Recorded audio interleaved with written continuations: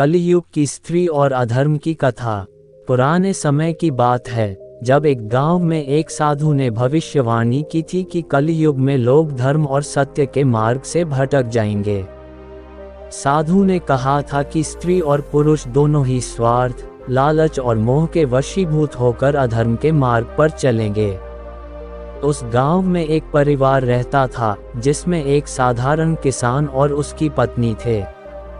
किसान अपनी पत्नी से बहुत प्रेम करता था और उसे हर सुख सुविधा देने की कोशिश करता था, लेकिन उसकी पत्नी का मन हमेशा किसी न किसी लालसा में लगा रहता था।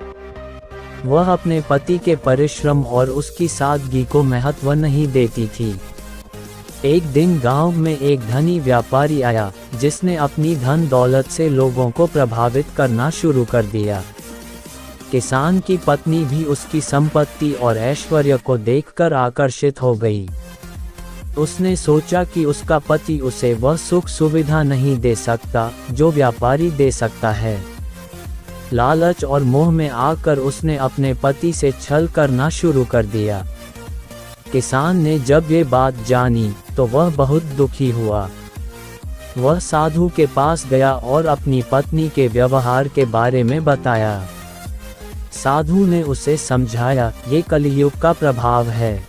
यहाँ धर्म की जगह अधर्म और सत्य की जगह झूठ का बोलबाला होगा, परंतु जो व्यक्ति सच्चे मन से धर्म और सत्य का पालन करता है, उसे अंत में जीत मिलती है।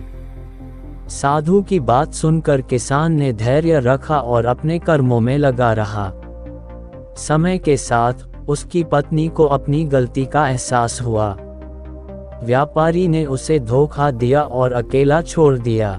तब उसे अपने पति के प्रेम और उसकी सच्चाई का मूल्य समझ आया। इस कहानी से यह शिक्षा मिलती है कि चाहे कोई भी समय हो, धर्म और सत्य का पालन करना ही मानव जीवन का सर्वोत्तम मार्ग है।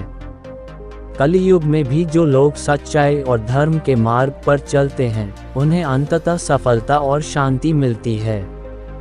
किसान की पत्नी, जो पहले अपने पति की मेहनत और सादगी को नज़रअंदाज करती थी, अब गहरे पछतावे में डूब गई। उसने सोचा, मैंने धन और ऐश्वर्य के मोह में पड़कर अपने पति जैसे सच्चे इंसान के साथ अन्याय किया। यह मेरी सबसे बड़ी भूल थी। एक दिन वह साहस करके अपने पति के पास गई और रोते हुए अपने पापों की क्षमा मांगी। उसने कहा, मैंने लालच और मोह में पड़कर तुम्हारे साथ अन्याय किया। तुमने मुझे सच्चा प्रेम और विश्वास दिया, लेकिन मैं इसे समझ नहीं पाई। मुझे माफ कर दो। किसान, जो दिल से दयालु और धर्म का अनुयायी था, अपनी पत्नी के पश्चाताप को देखकर भावुक हो गया।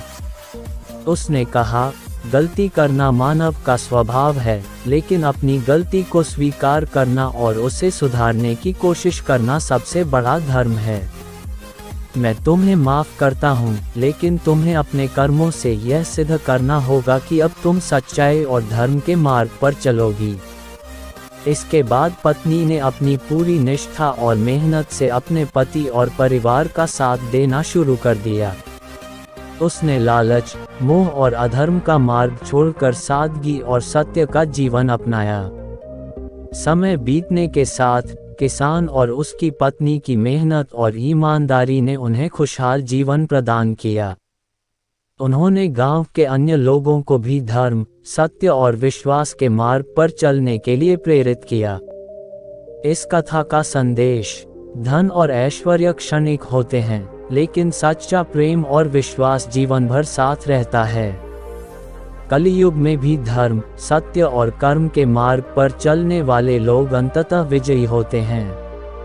अपनी गलतियों को स्वीकार करना और उन्हें सुधारना सबसे बड़ा पुण्य है।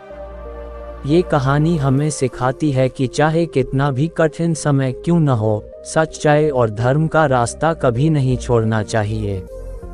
समय के साथ किसान और उसकी पत्नी ने मिलकर अपने जीवन को एक नई दिशा दी। उनके खेतों में अच्छी फसल होने लगी और उनका नाम गांव में मेहनती और ईमानदार दंपत्ति के रूप में प्रसिद्ध हो गया। उनकी सादगी और परिश्रम से प्रेरित होकर गांव के अन्य लोग भी उनके जीवन से सीखने लगे। एक दिन साधु फिर से गांव आए। किसान और उसकी पत्नी उनके पास गए और उन्हें अपनी पूरी कहानी सुनाई। किसान ने कहा, गुरुदेव, आपकी शिक्षा ने हमें अंधकार से उजाले की ओर ले जाने में मदद की। मैंने धर्म का पालन किया और धैर्य रखा। मेरी पत्नी ने अपनी भूल स्वीकार की और अब हम एक सच्चे जीवन का मार्ग अपना चुके हैं। साधु मुस्कुराए और बोले, तुम दोनों ने ये सिद्ध कर दिया कि कलयुग में भी सच्चाई और धर्म का मार्ग अपनाया जा सकता है। भले ही यह कठिन हो, लेकिन यही मार्ग जीवन को शांति और सफलता देता है। इसके बाद साधु ने एक और शिक्षा दी। उन्होंने कहा, याद रखो, मनुष्य को लालच, मोह और अहंकार से हमेशा दूर रहना चाहिए।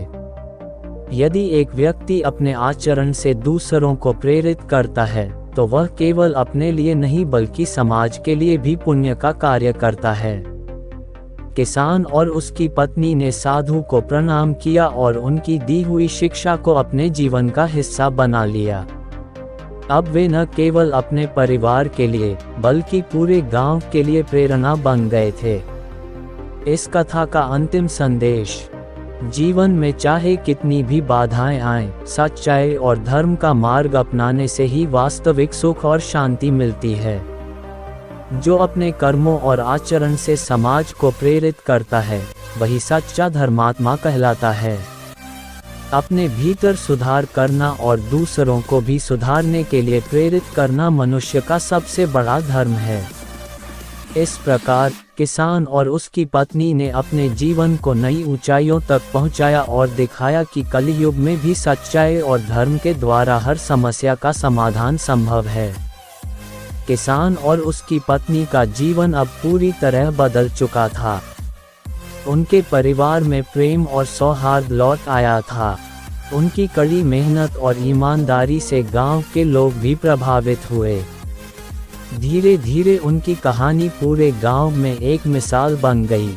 गांव का बदलाव, गांव के लोग, जो पहले लालच, ईर्ष्या और अधर्म की प्रवृत्तियों से घिरे रहते थे, अब किसान और उसकी पत्नी को देखकर प्रेरित होने लगे।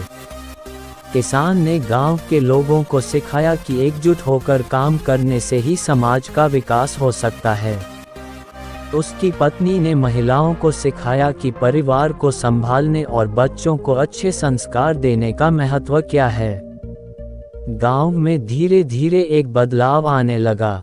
लोग धर्म, सत्य और परिश्रम का मार्ग अपनाने लगे। हर किसी ने महसूस किया कि ईमानदारी और मेहनत से ही खुशहाली आती है। साधु का आशीर्वाद। कुछ वर्षों बाद साधु फिर से गांव आए। उन्होंने देखा कि गांव पहले जैसा नहीं रहा। हर ओर सुख, शांति और समृद्धि थी। लोग मिलजुल कर काम करते और एक दूसरे की मदद करते थे। साधु ने किसान और उसकी पत्नी को बुलाया और कहा, तुम दोनों ने न केवल अपना जीवन सुधारा, बल्कि पूरे गांव को सच्चाई और धर्म का मार्ग दिखाया। ये तुम्हारे कर्मों का फल है। साधु ने आशीर्वाद देते हुए कहा, तुम्हारे जैसे लोग ही कलयुग में धर्म का दीपक जलाते हैं। याद रखना, सच्चाई का मार्ग कठिन होता है, लेकिन यही मार्ग सबसे उज्जवल होता है। नई पीढ़ी को शिक्षा। किसान और उसकी पत्नी ने ये निश्चय किया कि वे आने वाली पीढ़ियों को भी सत्य, धर्म और मेहनत के महत्व का ज्ञान देंगे। उन्होंने गांव में बच्चों के लिए एक छोटा विद्यालय खोला, जहां वे उन्हें न केवल पढ़ाई का महत्व सिखाते, बल्कि जीवन के नैतिक मूल्यों की शिक्षा भी देते। कथा का निष्कर्ष, गांव ने धीरे धीरे इतना विकास किया कि वह आसपास के क्षेत्रों के लिए आदर्श बन गया। किसान और उसकी पत्नी का नाम हमेशा याद रखा गया। उन्होंने ये सिद्ध कर दिया कि चाहे कलयुग हो या कोई और युग, यदि मनुष्य अपने कर्मों और आचरण से प्रेरणा का स्रोत बने, तो अधर्म पर धर्म की विजय निश्चित है। इस कथा का अंतिम संदेश, एक व्यक्ति के सच्चे कर्म और आचरण से पूरा समाज बदल सकता है। कठिन समय में धैर्य और धर्म का पालन करने से हमेशा अच्छे परिणाम मिलते हैं।